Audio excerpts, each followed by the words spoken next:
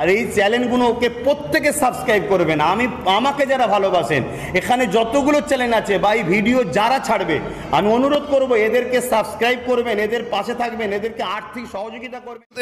ওই সময় আমার আল্লাহ রব্বুল আলামিন আমি জিবরাইলকে ডেকে বলতো, এ হযরত জিবরাইল যান, এখনই দুনিয়া জমিনে চলে যান, এখনই আমার হাবিবুল্লাহ, আমার বন্ধু, আমার পেয়ারা দোস্ত, আমার হাবিবের কন্যা হযরত ফাতেমা তাজহারা, আমি আল্লাহ আমার ইবাদত করার জন্য, আমি আল্লাহ পাক আমার খুশি করার জন্য, আমি আল্লাহ পাক আমার রিজামন্দি হাসিল করার জন্য সিজদায় দাঁড়িয়ে রয়েছে গো।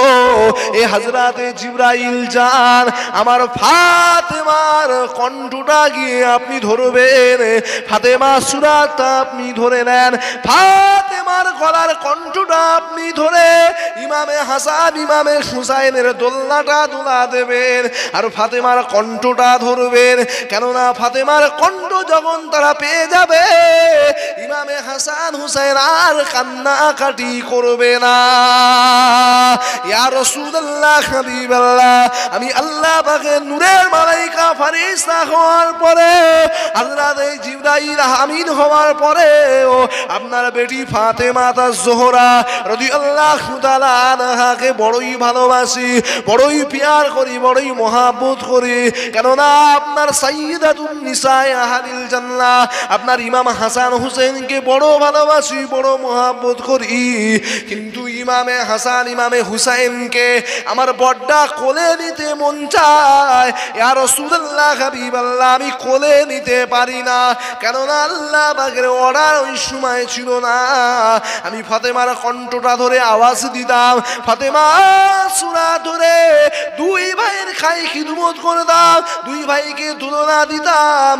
ইয়া রাসূলুল্লাহ, হাবিবাল্লাহ, ওই সময় আমার মনে হলো আমি ইমামে হাসান ইমামে হুসাইনকে কোলে করে নিয়ে একটু আনন্দ করব, ওদের কোলে করে নিয়ে একটু বসে চুমা খাবো।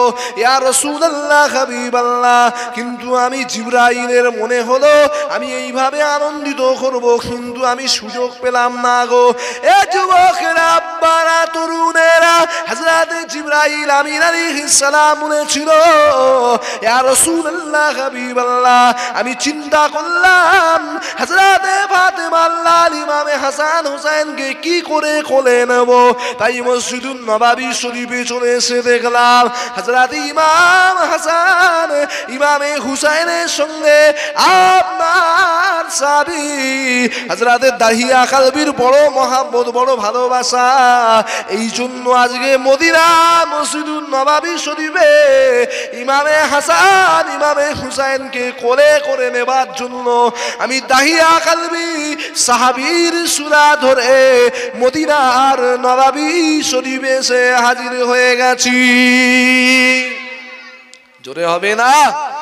আরো জোরে বলুন সুবহানাল্লাহ।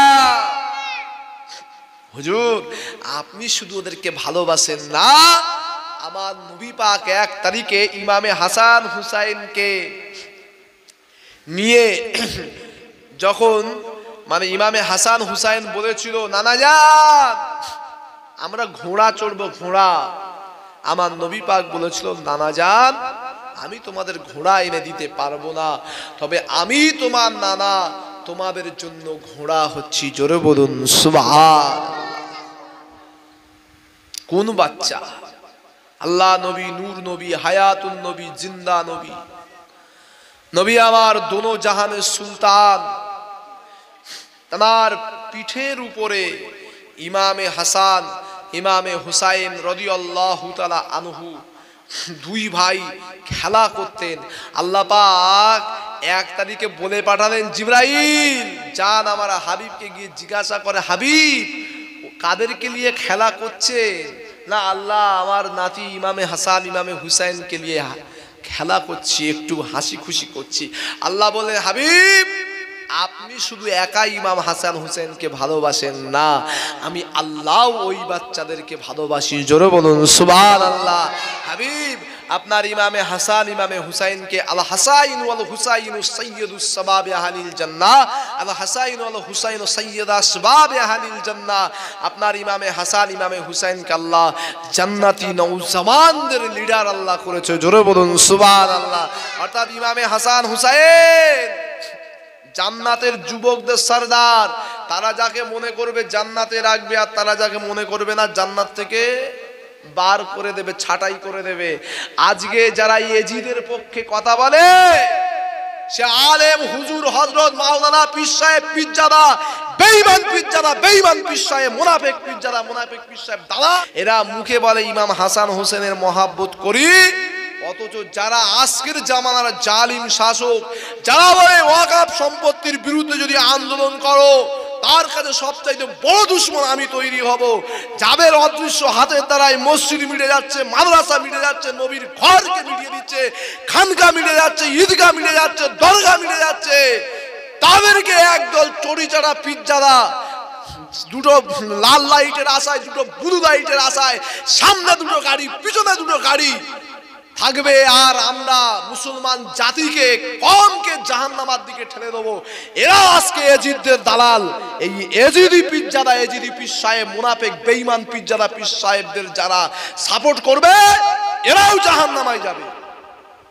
সেই জামানায় এজিদ ছিল, বর্তমান জামানায় এজিদ আছে না নাই? হ্যাঁ, শুধু নামটা পাল্টেছে, সুরাতটা কিন্তু মানে সেই তাদেরই মতো। আল্লাহ নবী জানিয়ে দিয়েছে, মা বাইনা মিম্বারি ওয়া রাউযাতি রাউযাতুম মির রিয়াজুল জান্নাহ। এ নওজওয়ান তরুণেরা, যে মদিনা নবী শরীফ সম্পর্কে আমার রাসূলুল্লাহ জানিয়ে দিলেন, আমি নবী পাক যে জায়গাটায় ইমামতি করি, এই জায়গা থেকে নিয়ে মা বাইনা মিম্বারি ওয়া রাউযাতি রাউযাতুম মির রিয়াজুল জান্নাহ, আমি নবী পাক যে জায়গাটায় ইমামতি করি ওই জায়গা থেকে নিয়ে আমার নবী পাকের রওজায়ে আতাহার পর্যন্ত ওই জায়গাটাই হলো বেহেশতেরই বাগান। এ যুবকেরা, আপনারা তরুণেরা, এ আমার নবী পাকের দিওয়ানারা, এ আমার রাসূলুল্লাহ আশিকনেরা, সেই মদিনা নববী শরীফ, মসজিদুল নববী শরীফে এজিদ এমন করে নোংরা নোংরা উট, গরু, ছাগল, দুম্বা গুলো বেঁধে দিয়েছে। মদিনা নববী শরীফে 3 দিন আযান আকামত বন্ধ করে দিয়েছে এজিদ। শুধু তাই নয়, আল্লাহ পাকের খানাই কাবার যে গেলাপ আছে, ওই গেলাপে পর্যন্ত এজিদ আগুন ধরিয়ে দিয়েছে। তাহলে এজিদ মুসলমান?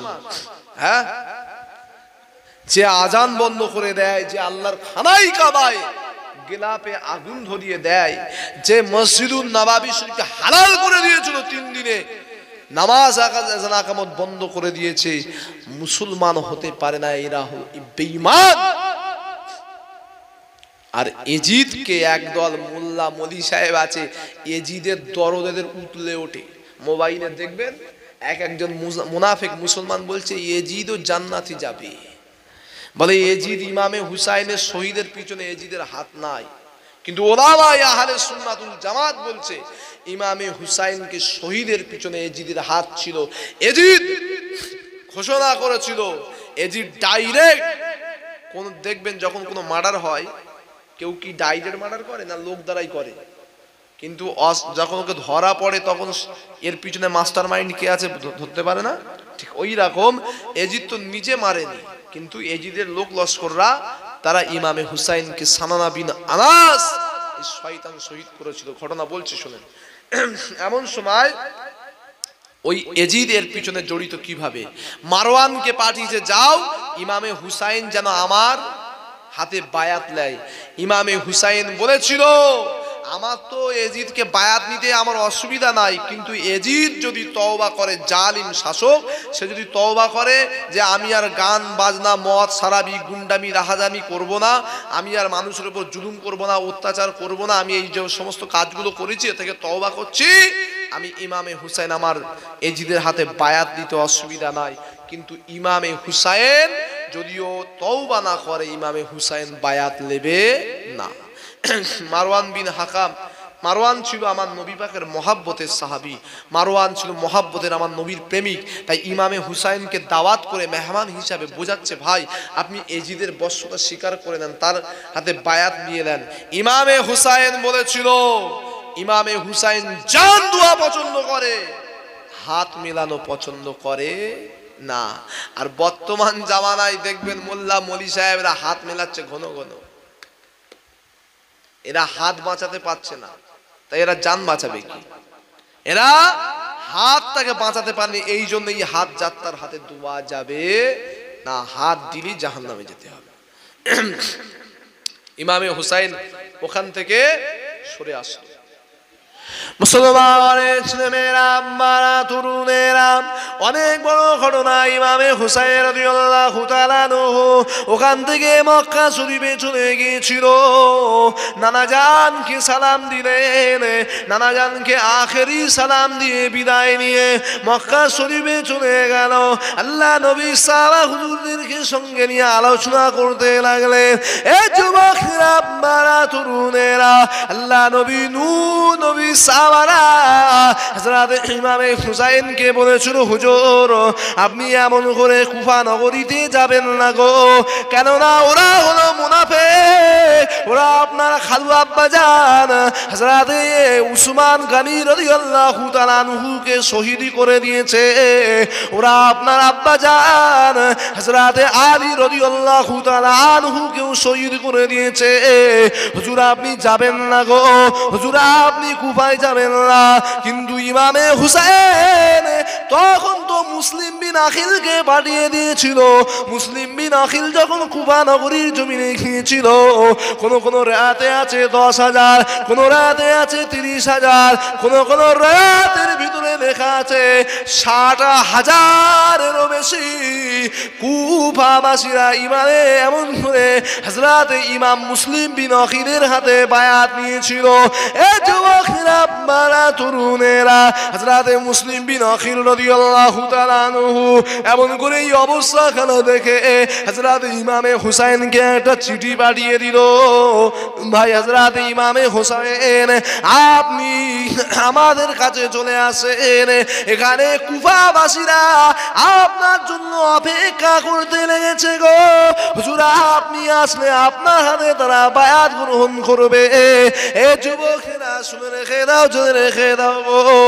এমন সময় হযরত ইমামে হুসাইন রাদিয়াল্লাহু তাআলা আনহু ওই চিঠিখানা পেয়ে হযরত ইমামে হুসাইন যখন কুফা নগরীর দিকে চলে গেল, কিন্তু এদিকে ওবাইদুল্লাহ ইবনে জিয়াদ ঘোষণা করে দিয়েছে যে মুসলিম বিন আখিলের মাথা কেটে নিয়ে আসবে তাকে উপরেও পুরস্কার দেওয়া হবে। এইভাবে যখন ঘোষণা হয়ে গেল, হযরত মুসলিম বিন আখিল যখন আসরের জামাতে নামাজ পড়ছিলেন, এই আসরের জামাতে নামাজ পড়ার সময় এদিকে ওবাইদুল্লাহ ইবনে জিয়াদ ঘোষণা করে দিয়েছে যারা মুসলিম বিন আখিলের বস্তুতা স্বীকার করে নেবে তার হাতে বায়াত গ্রহণ করবে, সব বিবিদেরকে বেওয়া করে দেওয়া হবে, গর্দান জুদা করে দেওয়া হবে, দুনিয়ার জমিন থেকে মিটিয়ে দেওয়া হবে গো। এ যুবকেরা শুনে রেখে দাও, জানের মায়া তো অনেকেরই আছে, সবাই একে একে মুসলিম বিন আখিলের পিছন থেকে সরে গেল। একা উম্মে হানি পিছনে দাঁড়িয়েছিল মুসলিম বিন আখিলের পিছনে। হযরত মুসলিম বিন আখিল রাদিয়াল্লাহু তাআলা আনহু দেখলো একা উম্মে হানি দাঁড়িয়ে রয়েছে। হযরত মুসলিম বিন আখিল বলল, তুমি আমার পিছনে দাঁড়িয়ে রয়েছো, বাকিরা সব কোথায় গেল? হুজুর ওবাইদুল্লাহ ইবনে জিয়াদের কথা শুনে সব মুনাফিকের দল চলে গেছে, আপনার পিছন থেকে তারা চলে গিয়েছে। হুজুর এবারে আপনি কোথায় যাবেন? হযরত ইমাম মুসলিম বলেছিল, এ উম্মে হানি আমার তো বিশ্বস্ত এখানে কেউ নাই, তবে আপনি এক কাজ করুন ভাই ইমাম মুসলিম বিন আখিল, আমি উম্মে হানি আমার বাড়িতে আসেন। হযরত মুসলিম বিন আখিল উম্মে হানির বাড়িতে গেল। কিছুদিন পরে ওনাকে শহীদ করে দেওয়া হলো। লম্বা ঘটনা, আপনাদের কাছে অতটা বলার সময় পাবো না। মুসলিম বিন আখিলের দুটো বাচ্চা ইব্রাহিম আর মুহাম্মদ মুসলিম বিন আখিলের কাছে যেতেছিল, তাদেরকেও শহীদ করে দিয়েছিল। হারেস বলে এক নিষ্ঠুর তাদেরকে ফোরাত নদীর কিনারায় নিয়ে গিয়ে তাদের গলা দুটো শহীদ করে দিয়েছিল। ওই মুসলিম বিনে অখিলের বাচ্চাদের শহীদ করে দেওয়ার পরে হারেস যখন ওবাইদুল্লাহ ইবনে জিয়াদের কাছ থেকে এজিদের দরবারে গিয়েছিল, ওই সময় এজিদ বলেছিল, এই মুনাফিক হারেস, এত শিশু বাচ্চাদেরকে কি করে তুমি শহীদ করলে? তোর দানে কি ময়া নাই? তোর দিনে কি ময়া লাগলো না? ইব্রাহিম আর মোহাম্মদ মাসুম বাচ্চাদেরকে শহীদ করে দিয়েছি। সঙ্গে সঙ্গে এজিদ ঘোষণা করে দিল, যাও হারেসকে জনমের মতন মিটিয়ে দাও। জোরে বলুন সুবহানাল্লাহ। মুসলিম বিন অকিল চলে যাওয়ার পরে দুটো বাচ্চাও আব্বার খোঁজে চলে গেছে। অনেক বড় ঘটনা, সংক্ষেপে বলছি। সেই বাচ্চা দুটো একটা নারীর খাজুরের বাগানের কাছে ছিল। একটা মহিলা মেয়ে ছেলে পানি আনতে গিয়ে দেখতে পায় এই দুটো বাচ্চাকে নিজের ঘরে রেখেছিল, আর ওদিকে ঘোষণা করে দিয়েছে মুসলিম বিন অকিলের দুটো বাচ্চাকে যে জোগাড় করে দিতে পারবে উপঢৌকন দেওয়া হবে। ওই মহিলা মেয়ে ছেলে ঘরে পাশের ঘরে রেখে দিয়েছিল, তারপরেও তার স্বামী জানতে পারে, আর বাচ্চা দুটোকে নিয়ে ও এজিদের দরবারে না গিয়ে নিজেই ফোরাত নদীর তীরে জবাই করে দিয়েছিল। এই জন্য এজিদ বলেছিল, তোর দিলে কি মায়া নাই? আমি তো মারতে বলিনি, বাচ্চা দুটোকে আমার দরবারে নিয়ে আসতে বলেছিলাম, তুই শহীদ করে দিয়েছিস। সঙ্গে সঙ্গে এজিদ ঘোষণা করলো, এই হারেসের গর্দান জুদা করে দাও। ইমামে হুসাইন রাদিয়াল্লাহু তাআলা আনহু এদিক থেকে চিঠি পেয়ে গেছে, হুজুর আমার কুফা নগরীতে চলে গেছে। গিয়ে বলছে এখানে তাবু গাড়ো। সংক্ষেপে বলছি, তাবু গাড়া হলো, বলছে কিছু একটা জায়গায় চুলো তৈরি করো আর কিছু কাঠ নিয়ে আসো। হুজুরের সাথী সঙ্গীরা ৭২ জন সঙ্গী গিয়েছিল, তার মধ্যে মহিলাও ছিল পুরুষেরাও ছিল, ৪০ জনের বেশি ছিল পুরুষ সঙ্গী। তো কাঠ যখন কাটতে গিয়েছে, ওই গাছে যখন মেরেছে রক্ত বার হচ্ছে। ইমাম হুসাইনের সঙ্গীরা বলছে, হুজুর গাছ থেকে তো রক্ত বার হচ্ছে। হুজুর বললে এই জমিনটা খুঁড়ে দেখো। মাটিটা খুঁড়ে দেখছে রক্ত বার হচ্ছে। তাই কবি বলছে, মা ফাতেমার নয়ন মনি হযরত আলীর জান, ইমাম হোসেন শহীদ হলো কারবালা ময়দান। মা ফাতেমার নয়ন মনি হযরত আলীর জান, ইমাম হোসেন শহীদ হলো কারবালা ময়দান। দয়াল নবীর জবানে কারবালার বয়ানে আওলাদে রাসূল শহীদ হবে হাদিসে প্রমাণ। মা ফাতেমার নয়ন মনি হযরত আলীর জান, ইমাম হোসেন শহীদ হবে কারবালা ময়দান। ওই জায়গাটায় যখন মাটিটা খুঁড়লো, খুঁড়ে দেখছে মাটির রঙও লাল হয়ে গেছে। হুজুর বলছে, আমার সাথী সঙ্গীরা শোনো, আমার নানাজানের ভবিষ্যৎবাণী মিলে গিয়েছে। আমি ইমামে হুসাইন আর থাকবো না, আমাকে অবশ্যই নানাজানের কথা অনুযায়ী শহীদ হতে হবে। দুনিয়ার জমিন থেকে আমাকে বিদায় নিয়ে চলে যেতে হবে। এমন সময় ইমামে হুসাইন রাদিয়াল্লাহু তাআলা আনহু এজিদের সৈন্য সামন্তদেরকে বলেছে, শোনো, আমি ইমামে হুসাইন তোমাদের সঙ্গে যুদ্ধ করব না। অনেক লম্বা চওড়া ঘটনা সংক্ষেপে বলি, তোমরা হয় আমাকে মদিনা শরীফের দিকে যেতে দাও, না হলে আমাকে মক্কা শরীফের দিকে ফিরত পাঠিয়ে দাও, আর না হলে আমাকে এজিদের রাজ দরবারে নিয়ে চলো। তরুণেরা বাবেরা, এ আমার রাসূলুল্লাহ দিবানারা শুনে রেখেন গো। ওই সময় ওবাইদুল্লাহ ইবনে জিয়াদ বলেছিল, এ ইমামে হুসাইন, না না না না, যুদ্ধের জন্য তৈরি হয়ে যাও। ইমামে হুসাইন আমার সঙ্গে যুদ্ধের জন্য জিহাদের ময়দানে যুদ্ধ করার জন্য তৈরি হয়ে যাও।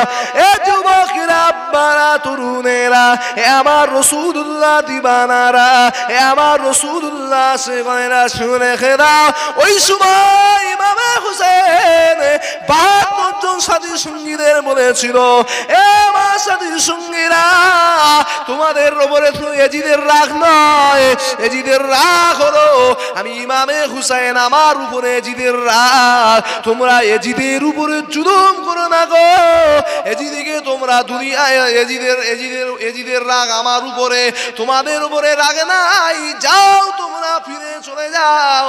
ইমাম হুসাইনের সাথী সঙ্গীরা বলেছিল, না না না, এ হযরত ইমামে হুসাইন, আপনাকে ওই রকম মহাব্বত করি না গো, আমরা ওই রকম মহাব্বত করি না গো যে সুখের দিনে আপনার সাথী সঙ্গী হয়ে থাকবো আর দুঃখের দিনে আপনার পাশ থেকে সরে যাব। এ না জোয়ান তরুণীরা, বাপেরা, এ আমার রাসূলুল্লাহ দিবানারা, শুনে রেখে দাও, জেনে রেখে দাও গো। এমন সময় দেখতে পাওয়া গেল ইমামে হুসাইন ৭২ জনকে নিয়ে যখন জিহাদের ময়দানে যুদ্ধ করবে, ওই সময় তার মধ্যে ৪০ জন সাথীদের ভিতরে বেশিরভাগ ছেলেরা শহীদ হয়ে গেল, তার মধ্যে কিছু সঙ্গী সাথী বেঁচে আছে। অবশিষ্ট সময়ে ইমাম জয়নুল আবেদিন, হযরত ইমাম জয়নুল আবেদিন একাই খিমায় রয়েছে গো। ইমাম জয়নুল আবেদিন তখন গায়ে পক্স হয়েছিল, অসুস্থ হয়েছিল। আর হযরতে সুকাইনা, কোন কিতাবে হযরতে সাকিনা, তিনি দুনিয়ার জমিনে হায়াতে বেঁচে আছে। ইমাম হুসাইনের বোন জায়নাব রাদিয়াল্লাহু তাআলা আনহা। আর এমন করে দেখতে পাওয়া গেল ইমামে হুসাইনের স্ত্রী আহলে বায়াতের খানদান রয়েছে গো। এ যুবকেরা, দাম্মারা, তরুণেরা, হযরতে আলী আকবর শহীদ হয়ে গেছে। হযরতে আলী আসগরকে ডেকে ইমামে হুসাইনের স্ত্রী বলছে, এই ইমামে হুসাইনের স্ত্রী বলতে লেগেছে, হুজুর, আপনি তো জিহাদের ময়দানে যাবেন, আমার কলিজার টুকরা আলী আসগরকে একটু পানি পান করিয়ে দেন। কেন আমার স্তনে কোনো দুধ নাই, আজ কয়েকদিন খাওয়া নাই, আমার আলী আসগরকে আমি পানি পান করাতে পারি না। আপনি তো বিদায় নিয়ে চলে যাবেন, আমার আলী আসগরকে কিছু পানি পান করিয়ে দিয়ে যান। ওই সময় আলী আসগরে পানি পান করানোর জন্য এজিদের সৈন্য সামন্তদের কাছে যখন নিয়ে যাওয়া হলো, এজিদের সৈন্য সামন্তরা বলেছিল, এজিদের সৈন্য সামন্তরা একটাই কথা বলেছিল, ইমামে হুসাইন, তোমার আলী আসগরকে পানি পান করাবো। ওই সময় তারা বিষাক্ত তীর আলী আসগরের দিকে ছুঁড়ে মেরেছিল। এ না জওয়ান তরুণেরা, কতটা দুঃখজনক ঘটনা গো। আব্বার কোলে বাচ্চা রয়েছে, সেই বাচ্চাটাকে জনমের মতন তীর মেরে বিদ্ধ করে দিয়ে শহীদ করে দেওয়া হলো। সকলে পড়েন, ইন্না লিল্লাহি ওয়া ইন্না ইলাইহি রাজিউন। ইমামে হুসাইন, হুজুর আমার বাচ্চাকে দিয়ে চলে আসলো, বলল, যাও বিবি, জনমের মতন শাহাদাতের পানি পান করেছে, যাই বাহু। তাদেরকে মিটিয়ে দিয়েছে। ইমামে হুসাইন শহীদ হয়েছিল ন্যায়ের জন্য, ইনসাফ ইনসানিয়াতের জন্য, অন্যায়ের বিরুদ্ধে ন্যায়ের পক্ষে, ন্যায়কে জিন্দা করার জন্য, শরিয়াতকে জিন্দা করার জন্য। যারা ইমামে হুসাইনের বিরুদ্ধে কথা বলে, এজিদের পক্ষে নেয়, বর্তমান জামানায়ও এজিদ আছে, এই এজিদ দেখারে যারা সাপোর্ট করে, সে পীর সাহেব, পীরজাদা, মাওলানা, মনি সাহেব, দালাল হুজুর, দালাল পীর, দালাল মুফতিরা যদি হয়, এদেরকে মানবেন না। আপনারা ইমানি মুসলমান, হুসাইনি মুসলমান। ইমামে হুসাইনের জন্য গলা কাটাতে পারবেন, শহীদ হতে পারবেন? কারা কারা পারবেন একটু হাত তুলে দেখান যে ইমামে হুসাইনের জন্য শহীদ হতে পারবো। হাত তুলেন, তাকবীর দেন, নারে তাকবীর, নারে তাকবীর, হাত লাগান।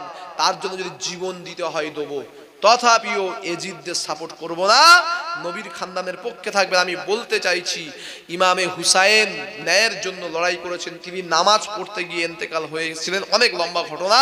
আপনারা 5 ওয়াক্ত নামাজ পড়বেন, শরীয়তের হুকুম মোতাবেক চলবেন। আর ইমামে হুসাইন এত কষ্টের ভিতরেও কোনোদিন নামাজ ছাড়েনি, আর নিজের বিবি বাচ্চাদেরকে বেপরদা হয়ে গেছে, বেপর্দা করেনি। পর্দা সহিত থাকবেন, বুরখা পরবেন, 5 ওয়াক্ত নামাজ পড়বেন, নবীর উপরে বেশি বেশি দরুদ শরীফ পড়বেন, আহলে সুন্নাত ওয়াল জামাতের আকীদার ভিতরে থাকবেন। আর একটা কথা বলি, পৃথিবীতে দুটো মানুষ, তাদের মাজার 2 জায়গায়, তার মধ্যে একটা হলো হযরতে নবী ইউসুফ আলাইহিস সালাম, যিনার মাজারটা মিশরের জমিনে নীল নদের তীরে ছিল প্রথমে। তারপরে তিনার ইচ্ছা অনুযায়ী মুসা আলা নবী ইনা আলাইহিস সালাম, তিনারই বংশের আওলাদ মুসা নবী, হুজুরের ইচ্ছা অনুযায়ী তিনি তিনার লাশ মোবারক, তিনার জিসম মোবারক মুবারককে নিয়ে বর্তমান যে ফিলিস্তিনের জমিন, সেখানে এই যে মসজিদুল আকসা এলাকায় প্রচুর নবীদের মাজার আছে, সেখানে দাফন করা আছে আর একটা ব্যক্তি, তিনি হলো ইমামে হুসাইন রাদিয়াল্লাহু তাআলা আনহু, জিনার দেহ মোবারক আছে, জিনার জিসম মোবারক আছে ইরাকের জমিনে।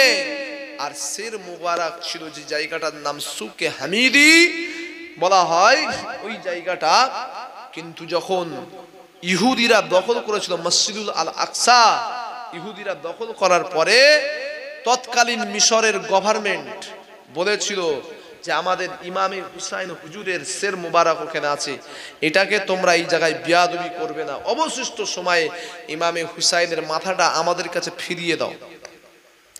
ইহুদিরা বলেছিল আমাদের তো ইমামে হুসাইনের মাথা নিয়ে কোনো কাজ নাই, তবে দিতে পারি, 30,000 বিলিয়ন ডলার দিতে হবে।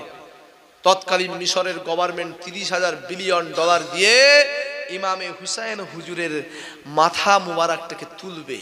হাজার হাজার আলেম ওলামা মাওলানা মুফতিদেরকে দাঁড় করিয়েছে, তাদেরকে দাঁড় করিয়ে যখন সের মোবারক তুলছে, তখন দেখা যায় আহলে রাসূল নবীর খানদানের চেহারা মোবারক থেকে সেদিন যে ইরাকের জমিনে কারবালার ময়দানে কুবা নগরীতে তাজা খুন গড়িয়ে গড়িয়ে যাচ্ছিল, ওই 1,500 বছর কিছু কম বেশি 1300 বছর পরে মিশরের গভর্নমেন্ট যখন ইমামে হুসাইনের সের মোবারকটা তুলেছে, তখনও তাজা খুন ইমামে হুসাইনের মাথা থেকে গড়িয়ে যায়।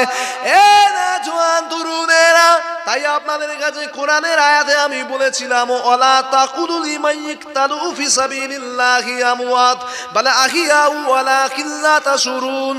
যারা দুনিয়ার তাশউরুন, যারা দুনিয়ার জমিনে আল্লাহর রাস্তায় শহীদ হয়ে মারা যায়, তাদেরকে তোমরা মরা ভেবো না গো, মৃত ভেবো না গো, তারা হলো মরে জিন্দা।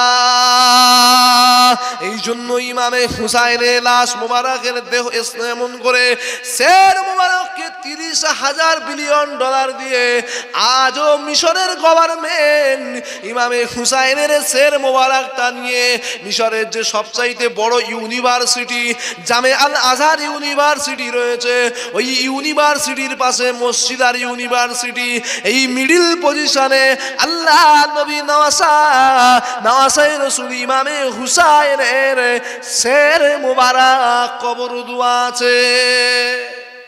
সেই জায়গায়, এই দু জায়গায় ওনার দেহ মোবারক আছে ইরাকের জমিনে, সের মোবারক আছে জামিয়া আল আজহার ইউনিভার্সিটির পাশে।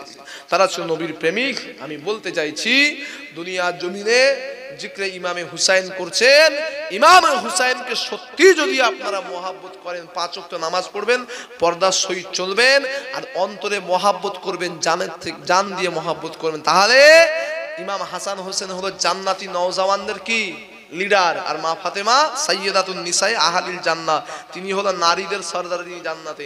ইনশাআল্লাহ ইমামে হাসান হোসেনকে যারা মহাব্বত করবে, আল্লাহর দয়ার জান্নাতে ইনশাআল্লাহ আল্লাহ নসিব করবেন, আল্লাহুম্মা আমিন। আসেন আমি আপনাদের কাছ থেকে বিদায় লব। আমার চাচা যান জনাব আল্লাহ হযরত আলহাজ মাওলানা মোহাম্মদ আব্দুল হান্নান সাহেব হুজুর আসবেন। আসেন একটু নবী পাকের সাথে সালাম করি। নবী আলাইকা ইয়া রাসূল সালামুন আলাইকা সালাম তুল্লাহ আলাইকা ইয়া নবী মদিনা হতে সব কিছুই পারেন দেখিতে, মোদের লাশ কবরে এ রাখিলে লইবেন আপন করে। নবী সালাম ইয়া রাসূল ইয়া হাবিব সালাম সালাম কঠিন হাসর ও মাহশরে কি আছে মোদের কপালে গুনাহগার উম্মাহ আতি বলে লইবেন হাসর ও মাহশরে ইয়া নবী ইয়া রাসূল ইয়া হাবিবি সালাম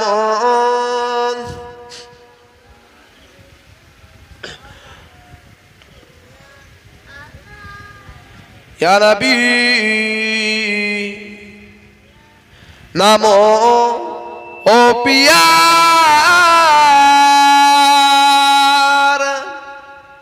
ইয়া রাসূল নামো ও পিয়ার আরশবাহ গিরে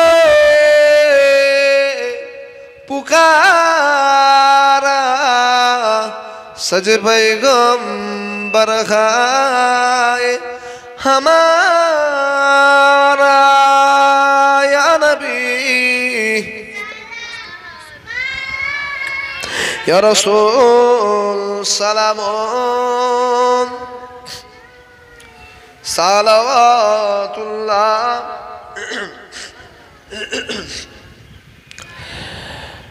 या नबी पवित्र মহরমে আশুরার 10 তারিখে তোমারি নওয়াজা ইমাম হুসাইনকে শহীদ করিল কুফা আবাসী যে করো গো শাফাত রোজে মাহশরে নবী